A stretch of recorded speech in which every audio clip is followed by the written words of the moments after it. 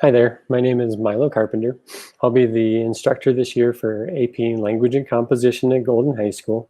This is my 5th year at Golden High School. All 5 of those years I've been teaching AP Language and Composition. Prior to 5 years ago, my family and we were living in South Korea. Both my wife and I as teachers, we were teaching there, and then both of my children were students in an international school in South Korea. With AP language, I usually like to start out with what these students are up against. It's oftentimes really important for parents to know why the preparation for this year is so, in some manners, it's considered extreme. The preparation for this exam in this class this year, it is daunting, and that might be an understatement. It is so much work. It's oftentimes considered one of the top 3 hardest classes at Golden High School, and for good reason.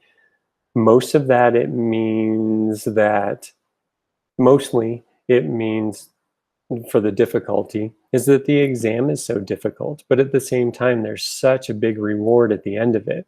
If the students will sit for the AP exam and they get a qualifying score, which is a 3, a 4, or a 5 on the exam as a whole, depending on the university that they go to, they end up getting college credit for it by taking it in high school. That's for many people, the reason that they take AP language.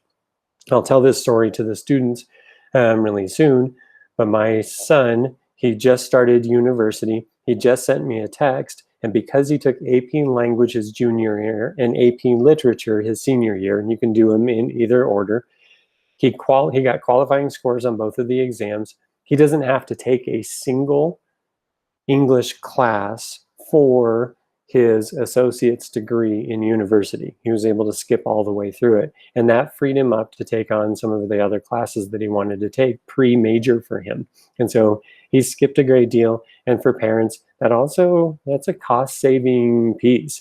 It's one of those things where the students going through right now have to go through quite a bit, but the reward then is they get a college level course, but they also have an opportunity for college level credit. And we don't have a lot of those opportunities.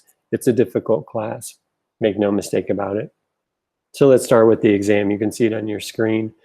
Last year's exam was strange because we were kicked out March 13th. AP had to do something just a little bit different. And when they did this just a little bit different, they had only one question for the exam itself. And doing one question for the exam then gave the opportunity, the multiple choice and 2 other questions, they were completely removed. That was daunting for students because if you're good at one question, well done. If you're not good at that one question, you didn't have all of the other questions to help you out. And that's also pretty difficult to put a lot of stress on one question. The students did fine. The students on average all the way through, they did really, really, really well. And they did that because they stayed to the course all the way through. I'm heavy on communication. They'll get an email from me all the time. Those emails are reads on their own. What should be this year's exam is what's in front of you. They should sit down for 1 hour of multiple choice. When they sit down for 1 hour of multiple choice, it goes over passage-related questions.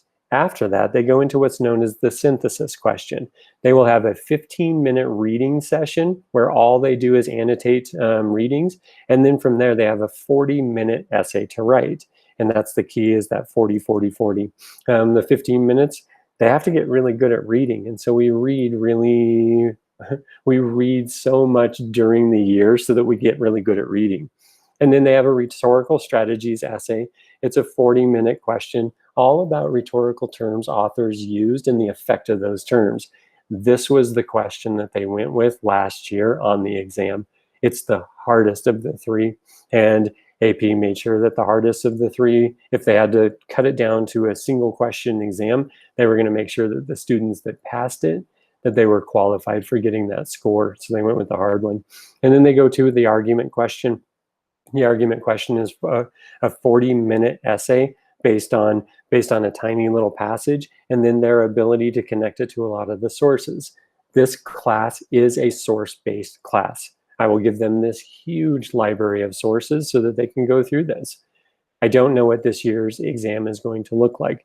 I'm going to prepare them for this exam that they can go through 1 hour, 15, 40, 40, 40. I'm going to prepare them for that, and anything less than that is just less than that, instead of preparing them in another direction. I don't know what AP is going to do. They haven't put out their schedule yet. I don't think they're going to do a one question exam again this year. I don't think it's possible for them to do that. And so they're going to put it back on teachers in order to get us all the way through. But whatever does happen, their adaptability and their flexibility is going to be paramount. And that leads to this last piece. This class is both a class for preparation, but it's also a class for thinking. We do so much work in reading and writing, and then they go through this process of speaking, that they begin this thinking pattern about the things that they're reading. They start to apply their thinking into their writing. They then start to talk about what they're writing, and all of this is based on what they're reading. The variety of reading is massive. What they're going to go through, that big library of sources, it will get them well prepared to answer any question that is actually asked on the exam. That's what the class is based on, and it's traditionally why students do extremely well on the exam. And then this last part, this creativity in many forms, to include the ways this class will be taught and attended. As we speak, there's some tinkering still with the schedule that is going to happen. We know that students are going to be in an online capacity for 2 weeks, and then they're going to go into a bit of a hybrid model, and on and on and on. We can't predict cases. We know that sometimes if we have some issues in our school, that we're going to be out for 48 hours. Sometimes we may be out for 14 days, but being and sitting and having conversations like this, many times it will be the way the students have class. All of this will be given to them in email. In their email, following directions is going to give them the opportunity to attend, in quotes, to attend class the way class needs to be attended. And then from there, they can attend to class the way class needs to be attended. So thank you for your time. I look forward to meeting them in whatever capacity the students are about to arrive. I look forward to the year. It's such a beautiful year. You start to hear students thinking in different ways and talking about different things. We have a lot to cover, a short amount of time to cover it, and a variety of avenues and arenas in which to cover it.